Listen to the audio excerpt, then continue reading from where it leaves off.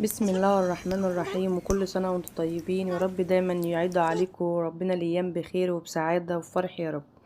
اول حاجة هنقولها دلوقتي ان احنا هنصلي على رسول الله عليه الصلاة والسلام. واوعوا تفوتوا الفيديو دوت فكرته حلوة وفكرته جديدة وفكرته اقتصادية، وتنفع العزايم بتاع رمضان وتنفع عزايم العادية وتعاوزينه. النهاردة ان شاء الله الفكرة من الفيديو ان احنا لازم نعمل الاكلة دي في اول اسبوع في رمضان. ان شاء الله كلنا نعتمد على الله ونعملها اول اسبوع في رمضان.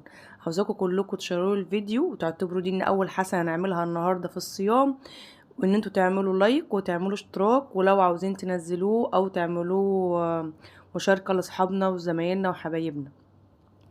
اول ما بنصحى كده ان شاء الله رمضان يوم كده الصبح وجميل كده ما شاء الله الجو الوصفة حلو وجميل. تستاهل الاشتراك نبدأ ان احنا واللايك ننضف قدام وتستاهل ان باب انتوا الشقة تسمعوها الاول، للاخر.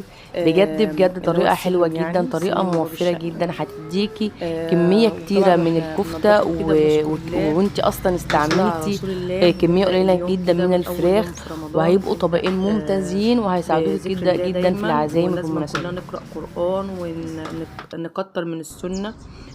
بعد ما انتوا كنست بنفسكوا السلم هتدوقوا وخلصته كان عندي الطعم شوية وهتشموا هدوم الريحة، صغيرين والتجربة كده، خير دليل. خدتهم بس فعلا لو نشرتهم. لقيتوا فعلا الكلام صح طبعا والوصفة الواحد فعلا بيعمل زي ما انا الحاجات دي بقول الاول انها قبل ما جميلة يتوجه وتحفة، للاكل، اوعوا يعني قبل ما تنسوني. نتوجه ان احنا نعمل اكل، قبل بقى ما نفكر هنعمل اكل ايه النهارده.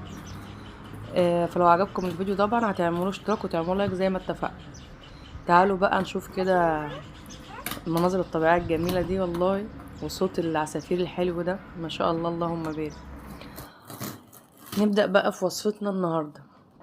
معانا بقى طبعا بصل مقطعينه زي ما انتم ما شايفين كده. اي تفصيله فعلا هتفوتكم جوه الفيديو هتلاقوها في صندوق الوصف. اي تفصيله مش هتبقى موجوده او مش هتبقى واضحه، بس ان شاء الله كل حاجه واضحه هتلاقوها في صندوق الوصف. وبالله عليكم تعملوا اشتراك وتعملوا لايك وتسمعوا الفيديو للاخر، الفكره تستاهل. حطينا البصل وحطينا فلفل احمر وحطينا فلفل اخضر، حطينا فلفل الوان يعني، وحطينا حوالي 5 فصوص توم. وبدأنا ان احنا نشغل الكبة زي ما انتم ما شايفين هنا كده. هنحطها في مصفى نصفيها عشان طبعا ناخد كالمعتاد المية بتاعة البصل. بس الفكرة بتاعة الكفتة النهاردة فيها حاجات جديدة، مش اللي انتوا بتسمعوها على طول او بتشوفوها على طول.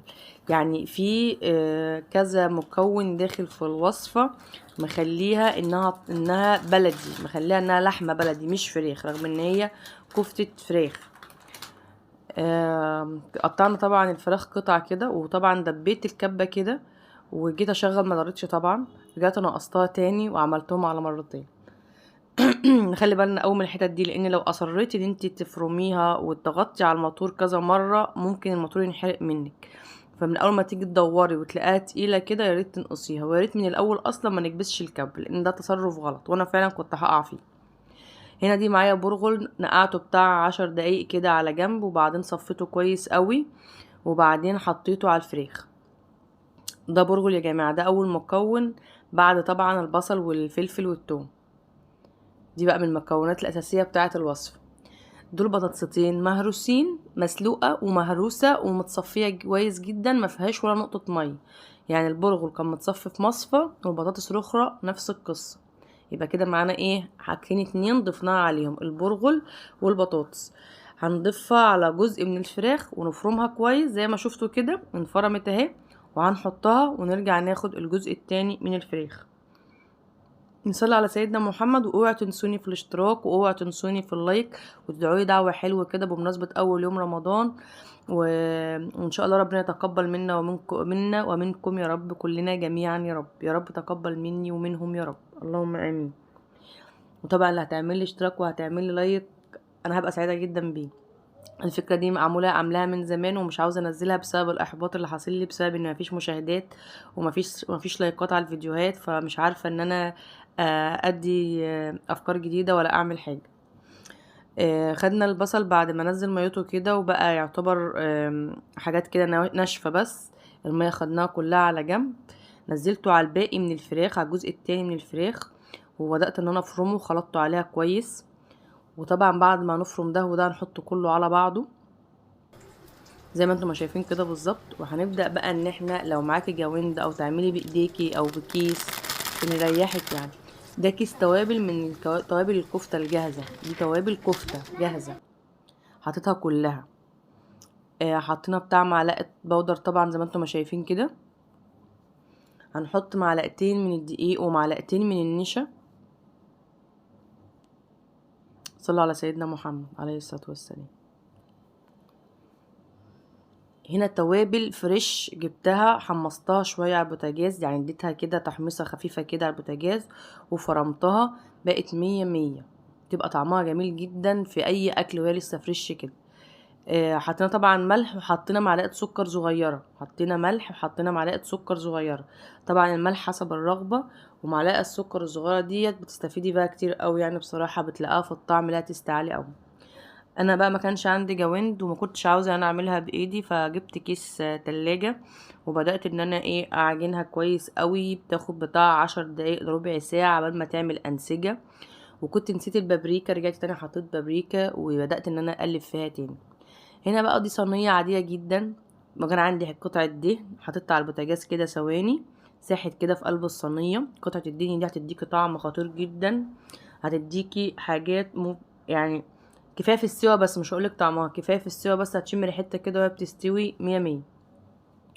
حطيت في الصينيه من تحت كده بصلايه خرطتها طرنشات وطماطمايه، طبعا الفيديو خير دليل. ودي ميه البصل، دي جزء من ميه البصل مش كلها، دي جزء من ميه البصل. وهنبدا بقى ان احنا نصبع فيها. طبعا ما تنسوش اللايك. عاوزين تجيبوا العيدان دي هاتوها، مش عاوزين براحتكم، ممكن تعملوها على ايديكم وخلاص، يعني هتبقى توفير برضو، وهتبقى برضو الوصفة جميلة جدا، وهتبقى جميلة وطعمة. حاولت كده ان انا يعني المفروض انها تتبل شوية في التتبيلة بتاع البصل، مش في مية، انا عملتها في تتبيلة البصل. وبدأت ان انا اصبع عليها الكفتة. بالهنا والشفا يا رب على قلوبكم. الوصفة جميلة جدا وهتجربوها وهتدعولي، صدقوني والله الوصفة تستاهل التجربة، تستاهل الفكرة، تستاهل انكم تعملوا لها لايك وانكم تشيروا لي الفيديو، وهتكسبوا كمان معانا ثواب كبير جدا. دي اول صينية عملتها وخلصتها زي ما انتم شايفين كده، واتبقى شوية صوابع، الكيس كان باظ فعملت بقية الصوابع كده بايدي. طبعا الصينيه دي خلصت، قمنا جايبين صينيه تانية برضو حطينا فيها في القلب، بس ما حطيتلهاش في قلبها بقى بصل وطماطم، انا حطيت ميه البصل وبدات ان انا اعملها كور كده زي ما انتم شايفين، بحيث ان احنا يبقى عندنا طبقين اشكال مختلفه بالظبط كده. هنيجي بقى على جنب هنا بقى كده، هتشوفوا بقى اللي احنا هنعمله هنا. هنجيب طبق فاضي، هنحط معلقتين صلصه او معلقه صلصه او نص معلقه صلصه اللي يريحكم طبعا، حوالي معلقتين زيت، هكتب لكم المقادير بالظبط في صندوق الوصف. واقلب كويس الزيت في الصلصه، عاوزين تحطوا زبده بدل الزيت تمام مش مشكله. وهنحط هنا يعني تقريبا ربع الفنجان كان ميه او اقل من ربع كمان، انها تفك بس كده. وهنتبلها، هنحط لها سنه فلفل اسمر، وهنحط لها سنه ملح صغيره. وهنبدا هنا بقى دلوقتي في الوقت دوت الصواني في الفرن، في الوقت الحالي ده الصواني في الفرن اللي انا بتكلم فيه ده الصواني في الفرن. فخدت طبعا يعني تقريبا كده بدات انها تستوي او بقت نص سوا، اصلا الحاجه كلها مفرومه فهي مش مستاهله سوا، احنا عاوزين تحمير بس. بدات ان انا اخرج الصواني كده وان انا ادهنها بالخلطه اللي انا عملتها دي. بسم الله ما شاء الله اللهم بارك، تسلم ايديكم يا رب، واللي هتجربها هتدعيلي من قلبها ما شاء الله اللهم بارك. الوصفه تستاهل تستاهل تستاهل.